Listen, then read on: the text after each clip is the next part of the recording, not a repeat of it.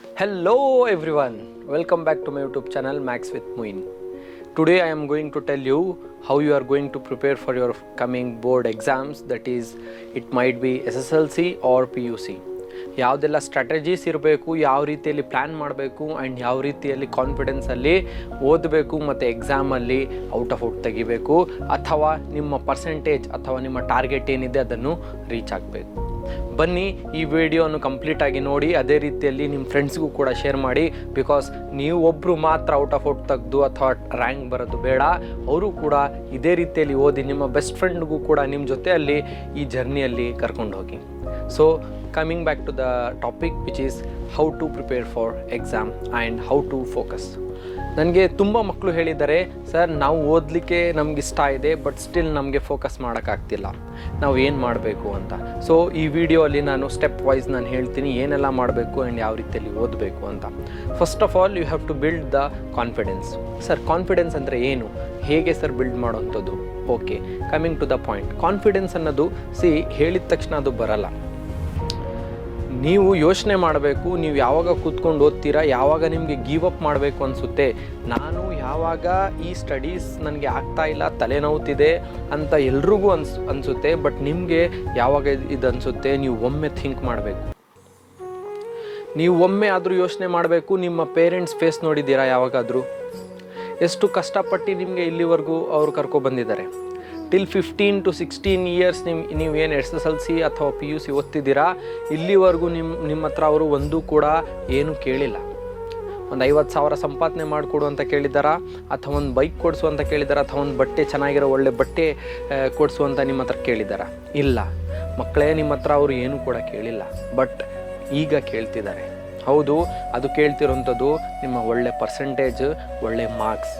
ನಿಮಗೆ ಎಕ್ಸಾಮಲ್ಲಿ ಒಂದು ಒಳ್ಳೆ ಮಾರ್ಕ್ಸ್ ಬಂದರೆ ಅವ್ರಿಗೆ ಆಗೋಂತಹ ಖುಷಿ ಯಾರಿಗೂ ಇಲ್ಲ. ಸೊ ಯಾವಾಗ ನಿಮಗೆ ಬೋರ್ ಅನಿಸುತ್ತೆ, ಸ್ಟಡಿ ಮಾಡುವಾಗ ನನಗಾಗಲ್ಲ ಅನಿಸುತ್ತೆ, ಅಥವಾ ನಿಮಗೆ ಒಂದು ಯಾವುದು ಅರ್ಥ ಆಗಲ್ಲ ಅಂತ ಅನಿಸುತ್ತಲ್ಲ, ಆವಾಗೆಲ್ಲ ನಿಮ್ಮ ಪೇರೆಂಟ್ಸ್ ಮುಖವನ್ನು ನೀವು ಒಮ್ಮೆ ಯೋಚನೆ ಮಾಡಬೇಕು. ಅವರು ಯಾವ ರೀತಿಯಲ್ಲಿ ಕೆಲಸ ಮಾಡ್ತಿದ್ದಾರೆ, ಎಷ್ಟು ಕಷ್ಟಪಡ್ತಿದ್ದಾರೆ ಅಂತ ನಿಮ್ಮ ತಲೆಯಲ್ಲಿ ಬರಬೇಕು. ಇಲ್ಲ ಅಂದರೆ ಅಲ್ಲಿವರೆಗೂ ನಿಮ್ಮ ಮನಸ್ಸಲ್ಲಿ ಓದಬೇಕು ಅನ್ನೋದು ಬರಲ್ಲ. ಏನಕ್ಕಂದರೆ ಇಲ್ಲಿವರೆಗೂ ನೀವು ಏನು ಕೇಳಿದ್ದೀರ ಎಲ್ಲ ನಿಮ್ಮ ಅಪ್ಪ ಅಮ್ಮ ಕೊಡಿಸಿದ್ದಾರೆ. ಒಮ್ಮೆ ಯೋಚನೆ ಮಾಡಿ, ನಿಮ್ಮ ಅಪ್ಪ ಅಮ್ಮ ನೀವು ಕೇಳಿರೋಂಥದ್ದು ಏನು ಕೊಡಿಸಿಲ್ಲ ಅಂತ. ಚಿಕ್ಕ ವಯಸ್ಸಿಂದನೂ ಕೂಡ ನಿಮಗೆ ನೀವೇನೆಲ್ಲ ಕೇಳಿದ್ದೀರಾ ಅದೆಲ್ಲ ಕೊಡಿಸಿದ್ದಾರೆ. ನೀವು ಯಾವಾಗೆಲ್ಲ ಹಠ ಮಾಡಿದ್ದೀರಾ ಆ ಎಲ್ಲ ಹಠವನ್ನು ಪೂರ್ವಹಿಸಿದ್ದಾರೆ. ನೀವು ಅವ್ರಿಗೆ ಏನು ಕೊಟ್ಟಿದ್ದೀರಾ, ಇದು ನಿಮ್ಮ ಯೋಚನೆಯಲ್ಲಿ ಬರಬೇಕು, ನಿಮ್ಮ ತಲೆಯಲ್ಲಿ ಬರಬೇಕು.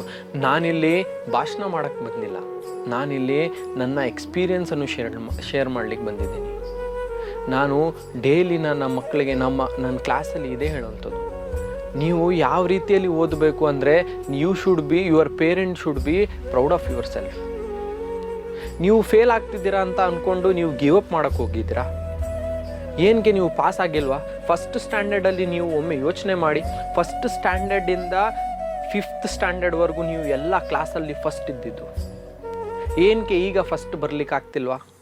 ಏನಕ್ಕೆ ಆವಾಗ ಸುಮ್ಮನೆ ಎಲ್ರಿಗಿಂತ ಮುಂಚೆ ಬಂದುಬಿಟ್ರಾ? ಖಂಡಿತವಾಗ್ಲೂ ಕೂಡ ನಿಮ್ಮ ಹತ್ರ ಆ ಕಾನ್ಫಿಡೆನ್ಸ್ ಇರಬೇಕು, ನಿಮ್ಮಲ್ಲಿ ಆ ಛಲ ಇರಬೇಕು. ಏನು ನಾನು ಓದಬೇಕು ಅನ್ನೋದು ಆ ದಿಟ್ಟತನ ನಿಮ್ಮ ಹತ್ರ ಇರಬೇಕು. ಅದಿದ್ದರೆ ಮಾತ್ರ ನೀವು ಈಗಲೂ ಕೂಡ ಫಸ್ಟ್ ರ್ಯಾಂಕ್ ಬರಲಿಕ್ಕೆ ನಿಮ್ಮ ಹತ್ರ ಆ ಕೆಪಬಿಲಿಟಿ ಇದೆ. ಬಟ್ ನೀವು ಅದನ್ನು ಯೂಟಿಲೈಸ್ ಮಾಡ್ಕೋತಿಲ್ಲ. ಏನೇ ಒಂದು ಓದಬೇಕು ಅಂದರೆ ಒಂದು ಪ್ಲ್ಯಾನ್ ಇರಬೇಕು. ಸೆಲ್ಫ್ ಪ್ಲ್ಯಾನ್ ಆಗಿರಲಿ, ಅಥವಾ ಒಂದು ಟೈಮ್ ಟೇಬಲ್ ಆಗಿರಲಿ, ಅಥವಾ ಒಂದು ಟಾರ್ಗೆಟ್ ಆಗಿರಲಿ. ಎಲ್ಲಿವರೆಗೂ ನಿಮ್ಮ ಜೀವನದಲ್ಲಿ ಒಂದು ಗುರಿ ಮತ್ತು ಒಂದು ಗುರು ಇರಲ್ಲ ಅಂತ ಹೇಳ್ತಾರಲ್ಲ, ಅದೇ ರೀತಿಯಲ್ಲಿ ಯಾವತ್ತೂ ಕೂಡ ನೀವು ಒಂದು ಗುರಿ ಇಟ್ಟಿಲ್ಲ ಅಂದರೆ ಅದು ಸಾಧನೆ ಮಾಡಲಿಕ್ಕೆ ಆಗಲ್ಲ. First you have to set a target. ಒಂದು ಟಾರ್ಗೆಟನ್ನು ನಾನು ಫಿಕ್ಸ್ ಮಾಡಬೇಕು. ಎಕ್ಸಾಮ್ ನನಗೆ ಮಾರ್ಚ್ ಏಪ್ರಿಲಲ್ಲಿದೆ ಅಂದರೆ ನಾನು ಈಗ ಜುಲೈ ಮಂತಲ್ಲಿದ್ದೀನಿ ಅಥವಾ ಆಗಸ್ಟ್ ಮಂತಲ್ಲಿದ್ದೀನಿ, ಎಲ್ಲಿದ್ದೀನಿ, ಎಷ್ಟು ತಿಂಗಳು ಗ್ಯಾಪ್ ಇದೆ, ಈ ಗ್ಯಾಪಲ್ಲಿ ನಾನು ಯಾವ ಥರ ಓದಬೇಕು. You have to plan accordingly. ನಾನು ಎಷ್ಟು ಗಂಟೆ ನಿದ್ದೆ ಮಾಡ್ತಾ ಇದ್ದೀನಿ ನಾನು ಯೋಚನೆ ಮಾಡಬೇಕು. ನಾನು ನಾರ್ಮಲ್ ಡೇಸ್ ಥರ ಈಗಲೂ ಕೂಡ ಅದೇ ರೀತಿಯಲ್ಲಿ ಇರಬೇಕಾ, ಅಥವಾ ನನಗೆ ಏನಾದರೂ ಚೇಂಜ್ ಬರಬೇಕಾ? ನನ್ನ ಲೈಫಲ್ಲಿ ಏನಾದರೂ ಒಂದು ಚೇಂಜ್ ಬರಬೇಕಂದ್ರೆ ನಾನು ಡೈಲಿ ಹೇಗಿದ್ದೆ ಅದೇ ಥರ ಇದ್ದರೆ ನನಗೆ ರಿಸಲ್ಟಲ್ಲೂ ಕೂಡ ಏನೂ ವ್ಯತ್ಯಾಸ ಬರಲ್ಲ. ನನಗೆ ರಿಸಲ್ಟಲ್ಲಿ ವ್ಯತ್ಯಾಸ ಬರಬೇಕು, ಐ ಮೀನ್ ಜಾಸ್ತಿ ಮಾರ್ಕ್ಸ್ ಬರಬೇಕು, ನನ್ನ ರ್ಯಾಂಕ್ ಬರಬೇಕು, ಇಡೀ ಸ್ಟೇಟ್ಗೆ ಫಸ್ಟ್ ಬರಬೇಕು ಅಂದರೆ ನಾನು ಕೂಡ ಅದೇ ರೀತಿಯಲ್ಲಿ ಪ್ರಾಕ್ಟೀಸ್ ಮಾಡಬೇಕು, ಅದೇ ರೀತಿಯಲ್ಲಿ ಹಾರ್ಡ್ ವರ್ಕ್ ಮಾಡಬೇಕು and even with smart work. ಬರೀ ಹಾರ್ಡ್ ವರ್ಕ್ ಮಾಡಿ ಅಂತ ನಾನು ಹೇಳಲ್ಲ, you should include the smart work with you. ಏನಕ್ಕೆ ಎಲ್ಲ ಇಡೀ ಕರ್ನಾಟಕದಲ್ಲೇ ಎಲ್ಲರೂ ಕೂಡ ಕ್ಯಾಪೇಬಲ್ ಇದ್ದಾರೆ ಔಟ್ ಆಫ್ ಔಟ್ ತೆಗಿಲಿಕ್ಕೆ, 625ಗೆ 625 ತೆಗಿತಾರೆ ಅಂದಮೇಲೆ ನೀವು ಏನಕ್ಕೆ ಆಗಲ್ಲ? ಅದು ಖಂಡಿತ ನಿಮ್ಮ ಹತ್ರನೂ ಕೂಡ ಆ ಕೆಪಾಸಿಟಿ ಇದೆ. ನೀವು ಕೂಡ ಔಟ್ ಆಫ್ ಔಟ್ ತೆಗಿಬಹುದು, ನೀವು ಕೂಡ 625ಗೆ 625 ಬರ್ಬೋದು, ಅಥವಾ 600ಗೆ 600 ಕೂಡ ಬರ್ಬೋದು. ನಿಮ್ಮ ಹತ್ರ ಕೆಪಬಿಲಿಟಿ ಇದೆ, ನೀವು ಮಾಡ್ತಿಲ್ಲ, ಟ್ರೈ ಮಾಡಿ, ಸಾಧ್ಯ ಇದೆ ಅದು ಕೂಡ. ಇನ್ನೊಂದು, ನಿಮ್ಮ ಟಾರ್ಗೆಟ್ ಏನಿದೆ ಅದು ನಿಮಗೆ ಗೊತ್ತಿರಬೇಕು. ನಾನು ಬರುವಂಥದ್ದು ಫೈನಲ್ ಎಕ್ಸಾಮಲ್ಲಿ ನಾನು ಎಷ್ಟು ಮಾರ್ಕ್ಸ್ ತೆಗಿಬೇಕು, ನನಗೆ ಎಷ್ಟು ಆಸೆ ಇದೆ, ನಮ್ಮ ಪೇರೆಂಟ್ಸ್ ಎಷ್ಟು ಆಸೆ ಇದೆ, ಆ ಟಾರ್ಗೆಟ್ ನೀವು ಯೋಚನೆ ಮಾಡಬೇಕು. ಆವಾಗ ನಿಮ್ಮ ತಲೆಯಲ್ಲಿ ಬರಬೇಕು. ಒಂದು ಕೆಲಸ ಮಾಡಿ, ಆ ಟಾರ್ಗೆಟನ್ನು ನೀವೇನು ಮಾಡಿ, ಎಲ್ಲಾದರೂ ಒಂದು ದೊಡ್ಡದಾಗಿ ಒಂದು ಪೇಪರಲ್ಲಿ ಬರೆದು ಒಂದು ಗೋಡೆಗೆ ಅಂಟಿಸ್ಬೇಡಿ. ನೀವು ಯಾವಾಗ ಅದು ಪೇಸ್ಟ್ ಮಾಡಿರ್ತೀರಾ, ಯಾವಾಗ ನೋಡ್ತೀರಾ ಟಾರ್ಗೆಟ್ ತಲೆಗೆ ಬರ್ತಾ ಇರುತ್ತೆ. ಅಥವಾ ನೀವು ಏನು ಯೂಸ್ ಮಾಡ್ತೀರಾ ಜಾಸ್ತಿ, ಫಾರ್ ಎಕ್ಸಾಂಪಲ್ ನೀವು ಫೋನ್ ಯೂಸ್ ಮಾಡ್ಬೋದು ಜಾಸ್ತಿ, ಅಥವಾ ಟಿ ವಿ ನೋಡ್ಬೋದು. ಅಲ್ಲಿ ಏನು ಮಾಡಬೇಕು, ಆ ಟಾರ್ಗೆಟನ್ನು ಒಂದು ಪೇಪರಲ್ಲಿ ಬರೆದು ಪಕ್ಕದಲ್ಲಿ ಪೇಸ್ಟ್ ಮಾಡಬೇಕು. ಯಾವಾಗ ಟಿ ವಿ ನೋಡ್ತೀರಾ ಆವಾಗ ಟಾರ್ಗೆಟ್ ನೆನಪಾಗುತ್ತೆ. ಯಾವಾಗ ಫೋನ್ ಮಾಡ್ತೀರಾ, ಫೋನಿದು ನಿಮ್ಮ ಫೋನ್ ವಾಲ್ಪೇಪರು ಕೂಡ ಆ ಟಾರ್ಗೆಟ್ ಆಗಿರಬೇಕು. ಯಾವಾಗ ಫೋನ್ ತೆಗಿತೀರಾ ಆ ಟಾರ್ಗೆಟ್ ನೆನಪು ಬರಬೇಕು. ಈ ಥರ ಯಾವಾಗ ಆ ಟಾರ್ಗೆಟ್, ಫಾರ್ ಎಕ್ಸಾಂಪಲ್ ನಾನು ಫೈನಲ್ ಎಕ್ಸಾಮಲ್ಲಿ 99% ತೆಗಿಬೇಕು ಅಂತ ನಿಮ್ಮ ಆಸಕ್ತಿ ಇದ್ದರೆ, ಅಥವಾ ನಿಮಗೆ ಆಸೆ ಇದೆ ಅಂದರೆ ನೀವೇನು ಮಾಡಬೇಕು, ಆ ಟಾರ್ಗೆಟನ್ನು ಮೈಂಡಲ್ಲಿ ಫಿಕ್ಸ್ ಮಾಡಬೇಕು. 99%. ಏನಕ್ಕೆ 99%? ಏನಕ್ಕೆ ಇನ್ನೂ 1% ಸಾಧ್ಯ ಇಲ್ಲ?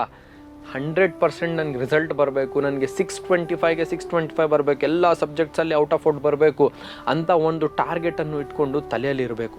ಯಾವಾಗ ನಿಮಗೆ ಬೋರ್ ಆಗುತ್ತೆ, ಯಾವಾಗ ನಿಮಗೆ ಓದೋಕ್ಕೆ ಆಗಲ್ಲ, ಆವಾಗ ಟಾರ್ಗೆಟ್ ನೆನಪು ಬರಬೇಕು. ಆ ಟಾರ್ಗೆಟ್ ಯಾವಾಗ ಎಲ್ಲ ನಿಮಗೆ ನೆನಪು ಬರುತ್ತೆ ಆವಾಗೆಲ್ಲ ನೀವು ಮತ್ತೆ ಓದೋಕ್ಕೆ ಸ್ಟಾರ್ಟ್ ಮಾಡ್ತೀರಾ. ನೀವು ಯಾವಾಗ ಆಟ ಆಡೋಕ್ಕೆ ಹೋಗ್ತೀರಾ, ನಿಮಗೆ ಪೀರಿಯಡ್ ಅಥವಾ ನಿಮಗೆ ಸ್ಪೋರ್ಟ್ಸ್ ಅಂದರೆ ತುಂಬ ಇಷ್ಟ. ಏನಕ್ಕೆ ಗೊತ್ತಾ? ಬಿಕಾಸ್ ನೀವು ಅದು ಮನಸ್ಸಿಂದ ಮಾಡ್ತೀರಾ. ಯಾವುದೇ ಕೆಲಸ ನೀವು ಮನಸ್ಸಿಂದ ಮಾಡಿದ್ರೆ ಅದು ಖಂಡಿತ ನಿಮ್ಗೆ ಅರ್ಥ ಆಗುತ್ತೆ. You will enjoy that subject, you will enjoy that activity.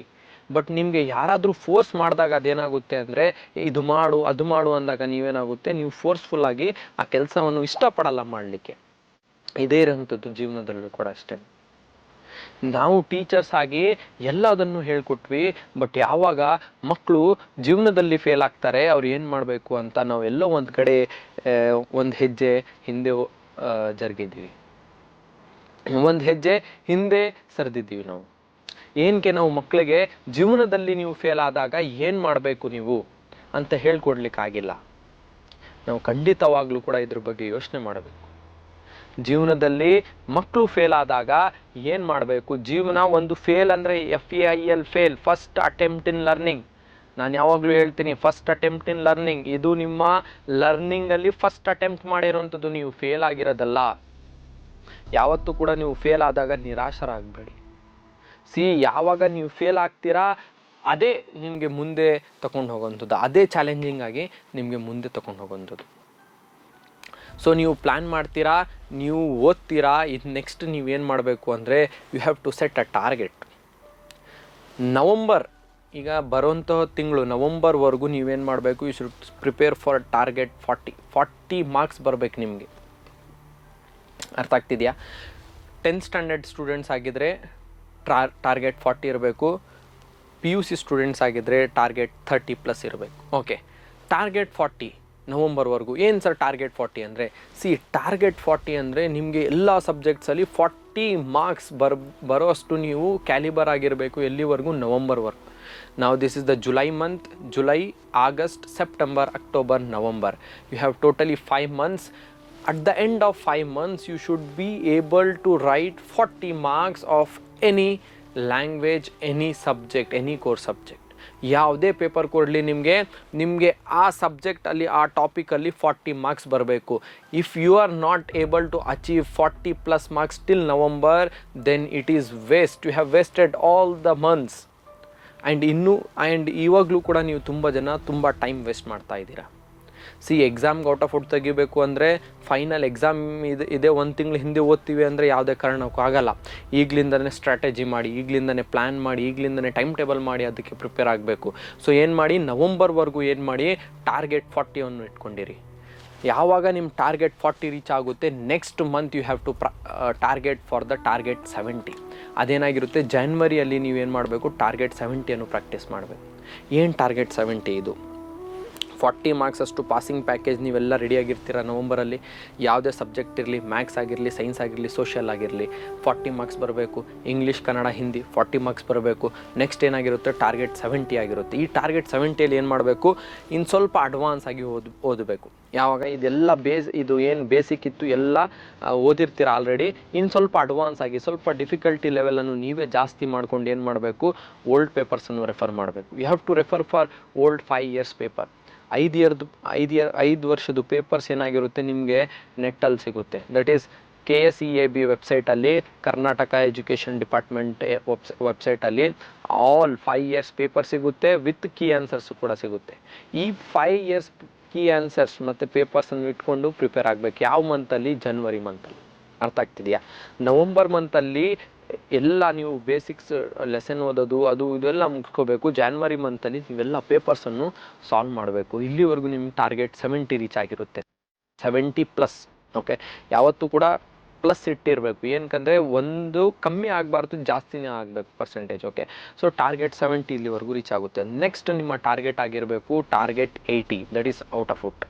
ನನಗೆ ಡೈರೆಕ್ಟ್ ಔಟ್ ಆಫ್ ಔಟ್ ಬೇಕು ಅಂದರೆ ಯಾವುದೇ ಕಾರಣಕ್ಕೂ ಔಟ್ ಆಫ್ ಔಟ್ ತೆಗಿಯೋಕ್ಕೆ ಸಾಧ್ಯ ಇಲ್ಲ. ಸೊ ನನಗೆ ಟಾರ್ಗೆಟ್ 80 ಬೇಕು ಅಂದರೆ ನಾನು ಏನು ಮಾಡಬೇಕು, 40, 70, 80 ಈ 3 ಸ್ಟೆಪ್ಸಲ್ಲಿ ನಾನು ಏನು ಮಾಡಬೇಕು, ನನ್ನ ಔಟ್ ಆಫ್ ಔಟ್ ಅನ್ನೋದು ಒಂದು ನನ್ನ ಟಾರ್ಗೆಟ್ ಏನಿದೆ ಅದನ್ನು ರೀಚ್ ಆಗಲಿಕ್ಕೆ 40, 70, 80 ಅನ್ನೋದು 3 ಪಾರ್ಟ್ಸಲ್ಲಿ ಡಿವೈಡ್ ಮಾಡಿಕೊಂಡು ಓದಬೇಕು. ನವಂಬರ್, ಜನವರಿ, ಫೆಬ್ರವರಿ ಅಷ್ಟರಲ್ಲಿ ನೀವು 80+ ಪರ್ಫೆಕ್ಟ್ ಆಗಿರಬೇಕು. And you should be able to prepare a question paper. ಯಾವಾಗ? ಫೆಬ್ರವರಿ ಮಂತಲ್ಲಿ, ಯಾವಾಗ ನಿಮಗೆ ನೆಕ್ಸ್ಟ್ ಪ್ರಿಪ್ರೇಟ್ರಿ ಎಕ್ಸಾಮ್ ಸ್ಟಾರ್ಟ್ ಆಗಿರುತ್ತೆ. ಓಕೆ, ಪ್ರಿಪ್ರೇಟ್ರೀಸಲ್ಲೆಲ್ಲ ಔಟ್ ಆಫ್ ಔಟ್ ತೆಗಿಬೇಕು, ದಟ್ ಈಸ್ ಫಾರ್ ಶೋರ್. ಪ್ರಿಪ್ರೇಟ್ರಿಯಲ್ಲಿ ಎಲ್ಲೋ 1 ಮಾರ್ಕ್ಸ್ 2 ಮಾರ್ಕ್ಸ್ ಹೋಗ್ತಿದ್ದೆ, ಏನು ತಪ್ಪು ಮಾಡ್ತಿದ್ದೀರ ತಿದ್ಕೋಬೇಕು. ಅರ್ಥ ಆಗ್ತಿದೆಯಾ? ಇನ್ನೊಂದು ಏನು ಮಾಡಬೇಕು ಅಂದರೆ, ನಿಮ್ಮ ಟೀಚರ್ಸ್ಗೆ ಹೇಳಿ, ರೆಸ್ಪೆಕ್ಟಿವ್ ಟೀಚರ್ಸ್ ಹತ್ರ ಓಲ್ಡ್ ಸ್ಟೂಡೆಂಟ್ಸ್ ಏನಿರ್ತಾರೆ ಔಟ್ ಆಫ್ ಔಟ್ ತೆಗ್ದಿರೋಂಥದ್ದು, ಅವ್ರ ಹತ್ರ ಫೋಟೋ ಕಾಪಿ ಇರುತ್ತೆ, ಅವ್ರು ಹೇಗೆ ಬರೆದಿರ್ತಾರೆ. ಇನ್ನೊಂದು ಯೂಟ್ಯೂಬಲ್ಲೂ ಕೂಡ ನಿಮಗೆ ಹಲವಾರು ವಿಡಿಯೋಸು ಕೂಡ ಸಿಗ್ಬೋದು. ಬಟ್ ನಿಮ್ಮ ಸ್ಕೂಲಲ್ಲೇ ಔಟ್ ಆಫ್ ಔಟ್ ತೆಗ್ದಿರೋಂಥದ್ದು ಸ್ಟೂಡೆಂಟಿದು ಫೋಟೋ ಕಾಪಿ ನಿಮ್ಮ ಹತ್ರ ಇದ್ದರೆ ಇಟ್ ಈಸ್ ವೆರಿ ಗುಡ್. ನಿಮಗೆ ಕಾನ್ಫಿಡೆನ್ಸು ಬರುತ್ತೆ, ಯಾವ ರೀತಿಯಲ್ಲಿ ಈ ಹುಡುಗ ಬರೆದಿದ್ದಾನೆ, ಯಾವ ರೀತಿಯಲ್ಲಿ ನನ್ನ ಫ್ರೆಂಡ್ ಬರೆದಿದ್ದಾನೆ, ಅದೇ ರೀತಿಯಲ್ಲಿ ಅದೇ ಪ್ರೊಸೀಜರನ್ನು ನಾನು ಫಾಲೋ ಮಾಡಿದ್ರೆ ನನಗೂ ಕೂಡ ಏನು ಬರ್ಬೋದು, ಔಟ್ ಆಫ್ ಔಟ್ ಬರ್ಬೋದು. ಆ್ಯಂಡ್ ಯಾವುದೆಲ್ಲ ಮಿಸ್ಟೇಕ್ಸನ್ನು ನಾನು ಮಾಡಬಾರ್ದು ಅನ್ನೋದು ಕೂಡ ನಿಮ್ಗೆ ಏನು ಸಿಗುತ್ತೆ, ಆ ಫೋಟೋ ಕಾಪಿಯಲ್ಲಿ ನಿಮಗೆ ಗೊತ್ತಾಗುತ್ತೆ. ಆವಾಗ ನೀವೇನು ಮಾಡ್ಬೋದು, ಏನು ಮಾಡಬಾರ್ದು ಅಂತ ನೀವು ಅರ್ಥ ಮಾಡ್ಕೋತೀರಾ. ಸೊ ಓಕೆ, ನೀವು ಫೆಬ್ರವರಿವರೆಗೂ ನೀವೇನು ಮಾಡ್ತೀರಾ, ಟಾರ್ಗೆಟ್ 80ವರೆಗೂ ರೀಚ್ ಆಗ್ತೀರಾ. ಔಟ್ ಆಫ್ ಔಟ್ ತೆಗಿತೀರಾ. ಎಲ್ಲ ಪ್ರಿಪ್ರೇಟ್ರೀಸಲ್ಲಿ ಸ್ಟೇಟ್ ಲೆವೆಲ್ ಆಗಿರಲಿ, ಡಿಸ್ಟಿಕ್ ಲೆವೆಲ್ ಆಗಿರಲಿ ನೀವು ಪ್ರಿಪೇರ್ ಆಗ್ತೀರಾ. ಆವಾಗ you should be able to prepare a question paper. Next step ಏನು ಅಂದರೆ, ಎಲ್ಲ ನೀವು ಟಾರ್ಗೆಟ್ 80ವರೆಗೂ ರೆಡಿ ಆಗಿದ್ದೀರಾ. ನೀವು ಆಲ್ರೆಡಿ 5 ಇಯರ್ಸ್ ಪೇಪರು ಕೂಡ ಓದಿರ್ತೀರ. ಈಗ ನಿಮ್ಮ ಹತ್ರ ಕೆಪಾಸಿಟಿ ಏನಿರಬೇಕು ಅಂದರೆ, you should be able to prepare a question paper. ಅದು ಯಾವ ರೀತಿಯಲ್ಲಿ ಅಂದರೆ, ಬೋರ್ಡ್ ಎಕ್ಸಾಮ್ ಲೆವೆಲ್ ಕೊಡೋಷ್ಟು ಒಂದು ಡಿಫಿಕಲ್ಟಿ ಲೆವೆಲ್ಲು ಇರಬೇಕು, ಆ್ಯಾವ್ರೇಜ್ ಲೆವೆಲ್ಲು ಇರಬೇಕು, ಮತ್ತು ಬೇಸಿಕ್ ಲೆವೆಲ್ಲು ಇರಬೇಕು. ಇದು 3 ಕೂಡ ಆ್ಯಡ್ ಆನ್ ಮಾಡಿ ಪಾಸಿಂಗ್ ಲೆವೆಲ್ಲು ಆಗಬೇಕು, ನಾರ್ಮಲ್ ಆ್ಯಾವ್ರೇಜು ಇರಬೇಕು, ಆ್ಯಂಡ್ ಟಫ್ನೆಸ್ಸು ಕೂಡ ಇರಬೇಕು. ಈ ಥರ ನೀವು ಯಾವಾಗ 6 ಸಬ್ಜೆಕ್ಟಿಗೂ ಯಾವಾಗ ನೀವು ಸೆಲ್ಫಾಗಿ ಕೂತ್ಕೊಂಡು ಕ್ವಶನ್ ಪೇಪರ್ ಪ್ರಿಪೇರ್ ಮಾಡ್ತೀರಾ, ಆ್ಯಂಡ್ ಆ ಕ್ವಶನ್ ಪೇಪರನ್ನು ನಿಮ್ಮ ಟೀಚರ್ಗೆ ತೋರಿಸ್ಬೇಕು. ಸರ್, ನಾನು ಕೂತ್ಕೊಂಡು ನಾನೇ ಕ್ವಶನ್ ಪೇಪರ್ 80 ಮಾರ್ಕ್ಸ್ಗೆ ಅಥವಾ 70 ಮಾರ್ಕ್ಸ್ಗೆ ನಾನು ರೆಡಿ ಮಾಡಿದ್ದೀನಿ ಸರ್, ಚೆಕ್ ಮಾಡಿ ಹೇಗಿದೆ ಅಂದಾಗ ಅವರು ಯಾವಾಗ ಓಕೆ ನೀನು ಕ್ವಶನ್ ಪೇಪರ್ ರೆಡಿ ಮಾಡಿರೋಂಥದ್ದು ಸೂಪರ್ ಆಗಿದೆ, ಎಲ್ರಿಗೂ ಕೂಡ ಕೊಡ್ಬೋದು, ಇದೇ ಪೇಪರ್ ನಾನು ಎಲ್ರಿಗೂ ಕೊಡ್ತೀನಿ, ಅವ್ರು ಟೆಸ್ಟ್ ಬರೀಲಿ ಅಂತ, ಎಲ್ಲ ಮಕ್ಕಳು ಬರೀಲಿ ಅಂತ ಯಾವಾಗ ಅವರು ಡಿಸೈಡ್ ಮಾಡ್ತಾರೆ, ದೆನ್ ಯು ಆರ್ ಸಕ್ಸಸ್ಫುಲ್ ಖಂಡಿತ. ಬಿಕಾಸ್ ಯಾವಾಗ ನೀವು ಕ್ವಶನ್ ಪೇಪರನ್ನು ರೆಡಿ ಮಾಡ್ತೀರಾ, ಆವಾಗ ನಿಮಗೆ ಕ್ವಶನ್ ಪೇಪರ್ ಪ್ಯಾಟ್ರನ್ ಸೆಟ್ ಆಗಿರುತ್ತೆ, ನಿಮ್ಮ ತಲೆಯಲ್ಲಿ ಫಿಕ್ಸ್ ಆಗಿರುತ್ತೆ, ಯಾವ ಥರ ಕ್ವಶನ್ ಕೇಳ್ಬೋದು, ಯಾವ ಥರ ಟ್ವಿಸ್ಟ್ ಮಾಡಿ ಕೇಳ್ಬೋದು, ಯಾವ ಥರ ನಾನು ಇದಕ್ಕೆ ಆನ್ಸರ್ ಬರೀಬೇಕು ಅಂತ. ಆ್ಯಂಡ್ ಆ ಕ್ವಶನ್ ಪೇಪರ್ಸ್ಗೆ ಕೀ ಆನ್ಸರ್ಸು ಕೂಡ ನೀವೇ ಬರೀಬೇಕು. ಆ ಕ್ವಶನ್ ಪೇಪರ್ ರೆಡಿ ಮಾಡಿಬಿಟ್ಟು, ಕೀ ಆನ್ಸರ್ಸ್ ರೆಡಿ ಮಾಡಿಬಿಟ್ಟು, ಎರಡು ಕೂಡ ಟ್ಯಾಲಿ ಮಾಡಿಬಿಟ್ಟು ಸರ್ಗೆ ತೋರಿಸ್ಬೇಕು. ದೆನ್ ಖಂಡಿತವಾಗ್ಲೂ you can crack your exam and you will score 625 out of 625. ಯಾವುದು ಕಷ್ಟ ಅಲ್ಲ, ಯಾವುದು ಇಂಪಾಸಿಬಲ್ ಅಲ್ಲ. The word impossible itself is telling that I am possible. See, ಇಲ್ಲಿವರೆಗೂ ನೀವು ಆರಾಮಾಗಿದ್ದೀರ, ನಿಮ್ಮ ಜೀವನ ಹೇಗೋ ನಡ್ಕೊ ಬಂದಿದೆ. ಈಗ ನೀವು ಓದಬೇಕು. ನೀವು ಈಗ ಓದಿಲ್ಲ ಅಂದರೆ ಇನ್ನು ನಿಮ್ಮ ಪೇರೆಂಟ್ಸ್ಗೆ ಏನು ಫೇಸ್ ತೋರಿಸ್ತೀರಾ? ಖುಷಿ ಯಾವಾಗ ಗೊತ್ತಾ? The actual happiness is when your parents smile at your result. ಏನಕ್ಕಂದರೆ ನಿಮ್ಮ ಪಕ್ಕದ ಮನೆಯಲ್ಲಿರೋಂಥದ್ದು ನಿಮ್ಮ ರಿಲೇಟಿವ್ಸ್ ಆಗಿರಲಿ, ನಿಮ್ಮ ಫ್ರೆಂಡ್ ಸರ್ಕಲ್ ಆಗಿರಲಿ, ನಿಮ್ಮ ದೊಡ್ಡಪ್ಪ ಚಿಕ್ಕಪ್ಪ ಇವರು ಆಗಿರಲಿ, ನಿಮ್ಮ ರಿಲೇಟಿವ್ಸ್ ಫೋನ್ ಮಾಡಿ ಕೇಳ್ತಾರೆ ನಿಮ್ಮ ಪೇರೆಂಟ್ಸ್ಗೆ ಏನು ಬಂತು ರಿಸಲ್ಟು ಅಂತ. ಆವಾಗ ಅವರು ಪ್ರೌಡಾಗಿ ನಿಮ್ಮ ರಿಸಲ್ಟನ್ನು ಹೇಳಬೇಕು. ನಮ್ಮ ಹುಡುಗಿ 625ಗೆ 625 ತೆಗ್ದಿದ್ದಾಳೆ, ಸ್ಟೇಟ್ಗೆ ಟಾಪರ್ ಅಂತ ಅವ್ರು ಹೇಳಬೇಕು. ಅದು ಬರಬೇಕು ಅಂದರೆ ಎಷ್ಟು ಖುಷಿ ಅಂತ ಇಮ್ಯಾಜಿನ್ ಮಾಡಿದ್ದೀರ ಯಾವಾಗಾದರೂ? ಈ ಖುಷಿ ಬರಬೇಕು ಅಂದರೆ ನೀವೇನು ಮಾಡಬೇಕು? ಈಗಲಿಂದನೇ ಹಾರ್ಡ್ ವರ್ಕ್ ಮಾಡಬೇಕು, ಈಗಲಿಂದನೇ ಪ್ಲ್ಯಾನ್ ಮಾಡ್ಕೊಂಡು ಓದಬೇಕು. ಆ ಖುಷಿಗೋಸ್ಕರ ನೀವು ಕಷ್ಟಪಡಬೇಕು. ಇಲ್ಲಿವರೆಗೂ ನಿಮ್ಮ ಪೇರೆಂಟ್ಸ್ ನಿಮ್ಮ ಹತ್ರ ಏನೂ ಕೇಳಿಲ್ಲ, ಈಗ ಕೇಳ್ತಿದ್ದಾರೆ. ಏನಂದರೆ ಅದು ಎಕ್ಸಾಮಲ್ಲಿ ಒಳ್ಳೆ ಮಾರ್ಕ್ಸ್, ಒಳ್ಳೆ ಪರ್ಸೆಂಟೇಜ್. ಸೊ ಅದನ್ನು ನೀವು ಕೊಡಬೇಕು. ಏನಕ್ಕಂದರೆ ಲೈಫಲ್ಲಿ ಫಸ್ಟ್ ಬಂದ್ರೇ ಅದಕ್ಕೆ ಬೆಲೆ, ಸೆಕೆಂಡ್ ಬಂದರೆ ಯಾವುದು ಬೆಲೆ ಇಲ್ಲ. Who is the first to walk on moon? Neil Armstrong ಅಂತ ಎಲ್ಲರೂ ಕೂಡ ಹೇಳ್ತಾರೆ, ನಿಮಗೂ ಗೊತ್ತು. Who is the second person to walk on moon? ಯಾರಿಗೂ ಗೊತ್ತಿಲ್ಲ. ಬಿಕಾಸ್ ಸೆಕೆಂಡ್ ಬಂದರೆ ಅದಕ್ಕೆ ವ್ಯಾಲ್ಯೂ ಕಮ್ಮಿ. ಯಾವತ್ತೂ ಕೂಡ ಜೀವನದಲ್ಲಿ ಫಸ್ಟ್ ಇರಬೇಕು. ಸೊ ಫಸ್ಟ್ ಬರಬೇಕಂದ್ರೆ ಏನು ಮಾಡಬೇಕು? ಈ ಥರ ಎಲ್ಲ ಪ್ರಾಬ್ಲಮ್ಸನ್ನು ಫೇಸ್ ಮಾಡಿ ಬರಬೇಕು. ಐ ನೋ ತುಂಬ ಜನ ಮಿಡಲ್ ಕ್ಲಾಸ್ ಫ್ಯಾಮ್ಲಿಯಿಂದ ಇದ್ದೀರಾ. Even I am from a middle class family. I know the problem which the students face while ಸ್ಟಡಿಯಿಂಗ್. ನಿಮಗೆ ಏನೆಲ್ಲ ಪ್ರಾಬ್ಲಮ್ಸ್ ಆಗುತ್ತೆ, ನಿಮ್ಗೇನೆಲ್ಲ ತೊಂದರೆ ಆಗುತ್ತೆ ನನಗೆ ಗೊತ್ತು. ಫೋಕಸ್ ಮಾಡೋಕ್ಕಾಗಲ್ಲ, ಡಿಸ್ಟ್ರಾಕ್ಷನ್ಸ್ ತುಂಬ ಇರುತ್ತೆ, ಅದು ಇದು ಅಂತ. ಇನ್ನೊಂದು ಏನಂದರೆ ಇವತ್ತು ಹೇಳ್ತಿದ್ದೀನಿ, ಇನ್ನೊಂದು ನೀವು ಫ್ರೆಂಡ್ಸ್ ಅಂತ ಎಲ್ಲ ಓಡಾಡ್ತಿರಲ್ಲ, ನಿಮ್ಗೆ ಗೊತ್ತಾ ಫ್ರೆಂಡ್ಸ್ ಎಲ್ಲಿವರೆಗೂ ಬರ್ತಾರೆ ಅಂತ? ಎಲ್ಲಿವರೆಗೂ ನಿಮ್ಮ ರಿಸಲ್ಟ್ ಬರುತ್ತೆ ಅಲ್ಲಿವರೆಗೂ ಫ್ರೆಂಡ್ಸ್. ನನ್ನ ಹತ್ರ ಓದಿರೋ ಮಕ್ಕಳು ಎಕ್ಸಾಂಪಲ್ ನಿಮ್ಗೆ ಹೇಳ್ತಿರೋಂಥದ್ದು ನಾನು ನೋಡಿರೋಂಥದ್ದು ಪ್ರಾಕ್ಟಿಕಲ್ ಆಗಿ. ಬಿಕಾಸ್ ಎಷ್ಟೇ ಬೆಸ್ಟ್ ಫ್ರೆಂಡ್ ಇದ್ದರೂ ಯಾವಾಗ ನಿಮ್ಮ ಪರ್ಸೆಂಟೇಜ್ ಅವರ ಪರ್ಸೆಂಟೇಜ್ ಟ್ಯಾಲಿ ಮಾಡಿದಾಗ ನಿಮ್ಮ ಪರ್ಸೆಂಟೇಜ್ ಅವ್ರ ಪರ್ಸೆಂಟೇಜ್ಗಿಂತ 1% ಜಾಸ್ತಿ ಆಗಿದ್ದರೆ ಅವ್ರಿಗೆ ಮನಸ್ಸಲ್ಲಿ ಒಂದು ಬಂದ್ಬಿಡುತ್ತೆ. ನನ್ನ ಜೊತೆಯಲ್ಲಿ ಇದ್ದವನು ನನಗಿಂತ 1% ಜಾಸ್ತಿ ತೆಗ್ದಿದ್ದಾನೆ, ಇವ್ನಿಗೆ ಓದೋಕ್ಕೆ ಬರ್ತಿರಲಿಲ್ಲ, ಆದರೂ ಇವನು ನನಗಿಂತ ಜಾಸ್ತಿ ತೆಗ್ದಿದ್ದಾನೆ ಅಂತ ಅವ್ರಿಗೆ ಮನಸ್ಸಲ್ಲಿ ಯಾವಾಗ ಬಂದ್ಬಿಡುತ್ತೆ, ಆವಾಗ ನಿಮ್ಮ friendship cut. And specially in girls ಕೇಳ್ತಿದ್ದೀನಿ ಅಂತ ಅಫೆಂಡ್ ಆಗೋಕ್ಕೆ ಹೋಗ್ಬೇಡಿ. ಏನಕ್ಕಂದರೆ ನಾನು ನೋಡಿರೋಂಥದ್ದು ಬಾಯ್ಸ್ ಜಾಸ್ತಿ ತಲೆ ಕೆಡಿಸ್ಕೊಳ್ಳಲ್ಲ. ಏನೋ ಒಂದು ಮಾರ್ಕ್ಸ್ ಬಂತು, ಪರ್ಸೆಂಟೇಜ್ ಬಂತು, ಪಾಸ್ ಆದೇ ಸಾಕು ಅಂತ ಬಿಂದಾಸಾಗಿ ಜಾಲಿಯಾಗಿರ್ತಾರೆ. ಬಟ್ ಗರ್ಲ್ಸ್ ಆ ಥರ ಅಲ್ಲ. Even 1 marks is important for them and even 1%. ಅವ್ರ ರಿಸಲ್ಟ್ಗಿಂತ ಕ್ಯೂರಿಯಾಸಿಟಿ ಅವ್ರಿಗೆ, ಅವ್ರ ಫ್ರೆಂಡ್ದು ಏನು ರಿಸಲ್ಟ್ ಬಂತು ಅದು ಜಾಸ್ತಿ ಅವ್ರಿಗೆ. ಅವ್ರ ರಿಸಲ್ಟ್ ಚೆಕ್ ಮಾಡಿದ ತಕ್ಷಣ ಅವ್ರ ಫ್ರೆಂಡ್ದು ರಿಜಿಸ್ಟರ್ ನಂಬರ್ ಗೊತ್ತಿರುತ್ತೆ, ಇಮಿಡಿಯೇಟಾಗಿ ಅವ್ರ ಫ್ರೆಂಡ್ದು ರಿಜಿಸ್ಟರ್ ನಂಬರ್ ಹಾಕಿ ಚೆಕ್ ಮಾಡ್ತಾರೆ ಅವ್ರ ಫ್ರೆಂಡ್ದು ಎಷ್ಟು ಪರ್ಸೆಂಟೇಜ್ ಬಂತು. ಇವ್ರಿಗೇನಾದರೂ ಅವ್ರ ಫ್ರೆಂಡ್ಗಿಂತ ಕಮ್ಮಿ ಪರ್ಸೆಂಟೇಜ್ ಬಂದುಬಿಟ್ರೆ ಅವತ್ತಿನ ದಿನ ಅವ್ರಿಗೆ ಏನು ಹೇಳಕ್ಕೆ ಹೋಗ್ಬೇಡಿ, ದೂರ ಇರಿ. ಬಿಕಾಸ್ ಅವ್ರಿಗೆ ಅವತ್ತಿನ ದಿನ ಆಗಿರೋಂಥದ್ದು ದುಃಖ ಯಾವತ್ತೂ ಆಗಿರಲ್ಲ. ಬಿಕಾಸ್ ಅವ್ರ ಫ್ರೆಂಡ್ ಪಕ್ಕದಲ್ಲಿ ಕೂತಿರೋರು ಒಳ್ಳೆ ಫ್ರೆಂಡ್, ಫುಲ್ ಬೆಸ್ಟ್ ಫ್ರೆಂಡ್ಸ್ ಆದರೂ ಅವ್ರಿಗಿಂತ ಜಾಸ್ತಿ ಮಾರ್ಕ್ಸ್ ಬಂದುಬಿಡ್ತು. ಏನೂ ಓದಿಲ್ಲ ಅಂತಲೇ ಅವ್ರ ಫ್ರೆಂಡ್ ಜಾಸ್ತಿ ಮಾರ್ಕ್ಸ್ ತೆಗೆದು, ಜಾಸ್ತಿ ಪರ್ಸೆಂಟೇಜ್ ತೆಗೆದು ಸ್ಕೂಲ್ಗೆ ಟಾಪರ್ ಬಂದುಬಿಟ್ರು. ಇವ್ರು ಎಲ್ಲಿ ಬಂದರು? 2nd, 3rd, 4th ಪ್ಲೇಸಲ್ಲಿ ಬಂದುಬಿಟ್ರು. ಎಲ್ಲೋ ಕೂಡ ಅರ್ಥ ಆಗ್ತಿದೆಯಲ್ಲ? ಈ ಎಕ್ಸ್ಪೀರಿಯನ್ಸಸ್ ನಿಮಗೆ ಯಾವಾಗ ಆಗುತ್ತೆ ಅಂದರೆ ರಿಸಲ್ಟ್ ಬಂದ ಮೇಲೆ ಗೊತ್ತಾಗುತ್ತೆ. ಸೊ ಆ ರಿಸಲ್ಟ್ ಬಂದ ಮೇಲೆ ರಿಗ್ರೆಟ್ ಮಾಡೋಕ್ಕಿಂತ ಈಗಲಿಂದನೇ ಪ್ರಿಪೇರ್ ಆಗಿ ಫ್ರೆಂಡ್ಶಿಪ್ ಮಾಡಿ, ಇಲ್ಲ ಅಂತ ಹೇಳ್ತಿಲ್ಲ, ಸ್ವಲ್ಪ ಲಿಮಿಟಲ್ಲಿರಲಿ. ಈವನ್ ಫ್ರೆಂಡ್ಸೇ ಕೂಡ ಎಲ್ಲ ಇನ್ನು ಮುಂದೆನೂ ಬರೋದು ಅಂತ ಹೇಳ್ತಾರೆ. ಈಗಲೂ ಕೂಡ ನನಗೆ ನನ್ನ 10th ಸ್ಟ್ಯಾಂಡರ್ಡ್ ಫ್ರೆಂಡ್ಸ್ ಸಿಗಲಿಕ್ಕೆ ಕಷ್ಟ ಇದೆ. That is for sure. Because every one is busy in their life. 10th standard ಅನ್ನೋದು it is a beautiful golden life ಅಂತಾರಲ್ಲ, yes, it is true. 10th standard is a golden life because it is very difficult to find your friends after leaving the school. ಎಲ್ಲರೂ ಅವ್ರವ್ರ ಲೈಫಲ್ಲಿ busy ಇರ್ತಾರೆ, ಅವ್ರವ್ರ ಪ್ರೊಫೆಷನಲ್ಲಿ busy ಇರ್ತಾರೆ. Even if you plan for a get together, it is very difficult to get to one place and talk and be with friends, enjoy with them as you use to do in your school days. ಖಂಡಿತವಾಗ್ಲೂ ಕೂಡ if I get a chance and ನಿಮಗೂ ಕೂಡ ಒಂದು ಒಳ್ಳೆ chance ಕೊಟ್ಟರೆ, ದೇವರು ಒಂದು ಅವಕಾಶ ಮಾಡಿಕೊಟ್ರೆ, ನಾನು ನಿಜ I want to experience my 10th life once again. Because ಅಲ್ಲಿ ಮಾಡಿರೋಂಥದ್ದು ಮೆಮೊರೀಸ್ ನಾನು ಒಂದು ನಮ್ಮ ಸರ್ಗೆ ಒಂದು ಕ್ವಶನ್ ಕೇಳಿದೆ ಅಥವಾ ಒಂದು ಸಜೆಷನ್ ಕೊಟ್ಟೆ. ತುಂಬ 10th ಸ್ಟ್ಯಾಂಡರ್ಡ್ ಮಿಸ್ ಮಾಡ್ಕೊತಿದ್ದೆ. ಆವಾಗ ನಮ್ಮ ಸರ್ಗೆ ಕಾಲ್ ಮಾಡಿಬಿಟ್ಟು ಹೇಳಿದೆ, ಸರ್ 10th ಸ್ಟ್ಯಾಂಡರ್ಡ್ ಒಳ್ಳೆ ಲೈಫ್ ಇತ್ತು ಸರ್, ಡಿಗ್ರಿ ಕಾಲೇಜಲ್ಲಿ ಬಂದು ಅಷ್ಟು ಮಜಾ ಇಲ್ಲ sir. I want to leave my 10th standard back but without exam sir. ಈ ಎಕ್ಸಾಮ್ ತಲೆನೋವು ಇದ್ದರೆ ಎಂಜಾಯ್ ಮಾಡೋಕ್ಕಾಗಲ್ಲ ಸರ್. ನಾನು ಮತ್ತೆ 10th ಸ್ಟ್ಯಾಂಡರ್ಡ್ ಓದಬೇಕು ಅನಿಸ್ತಿದೆ. ಆ್ಯಂಡ್ ನಾನು ಎಕ್ಸಾಮ್ ಒಂದು ಬರೀಬಾರ್ದು, ಈ ಎಕ್ಸಾಮ್ ಒಂದು ಟೆನ್ಷನ್ ಇರಬಾರ್ದು ಸರ್. ಎಕ್ಸಾಮ್ ಬಿಟ್ಟು ಇನ್ನು ಮಿಕ್ಕಿದೆಲ್ಲ ಫ್ರೆಂಡ್ಸು ಸೇರಿ ನಾವು ಇದು ಮಾಡಬೇಕು ಅಂತ ನಮ್ಮ ಸರ್ ಒಂದು ಮಾತು ಹೇಳಿದ್ರು. ಅವಾಗ ಈಗಲೂ ಕೂಡ ನನಗೆ ನೆನಪಿದೆ. ಎಕ್ಸಾಮ್ ಇದ್ರೇ ಮಜಾ, ಇಲ್ಲಾಂದರೆ ನೀನು 10th ಸ್ಟ್ಯಾಂಡರ್ಡ್ ಎಂಜಾಯ್ ಮಾಡೋಕ್ಕಾಗಲ್ಲ ಅಂತ. ಬಿಕಾಸ್ ಆ 10th ಸ್ಟ್ಯಾಂಡರ್ಡಲ್ಲಿ ಪ್ರೆಷರ್ ಬರುವಂಥದ್ದು ಎಕ್ಸಾಮಿಂದಾನೆ. ಟೀಚರ್ಸ್ ಬಂದು ಪಾಠ ಮಾಡೋದು ಎಕ್ಸಾಮ್ಗೋಸ್ಕರನೇ, ನಾವು ಓದೋದು ಎಕ್ಸಾಮ್ ಇದೆ ಅಂತಾನೆ. ಅರ್ಥ ಆಗ್ತಿದೆಯಲ್ಲ? Everything is link to exam. Exam ಇಲ್ಲದೆ ಇದ್ದರೆ ನಾವು ಆ 10th ಸ್ಟ್ಯಾಂಡರ್ಡ್ ಮಜಾನೂ ಮಾಡೋಕ್ಕಾಗಲ್ಲ, ಎಂಜಾಯ್ನೂ ಮಾಡೋಕ್ಕಾಗಲ್ಲ. ಟೀಚರ್ಸ್ ಬೈಯೋದು ನಮಗೆ ಅರ್ಥ ಆಗಲ್ಲ. ಈವನ್ ಎಷ್ಟೋ ಒದೆ ನಾವು ತಿಂದಿದ್ದೀವಿ ಟೀಚರ್ಸಲ್ಲಿ. Everything is for good. ಈಗ ನಾವು ನೆನೆಸ್ಕೋತೀವಿ ಎಲ್ಲ ಟೀಚರ್ಸನ್ನು. And I want to thank to all my teachers because of whom I am at this place and I am in front of you. Because of their support, because of their scoldings, because of their beatings, I am at this my place and I am, alhamdulillah, I am happy where I am.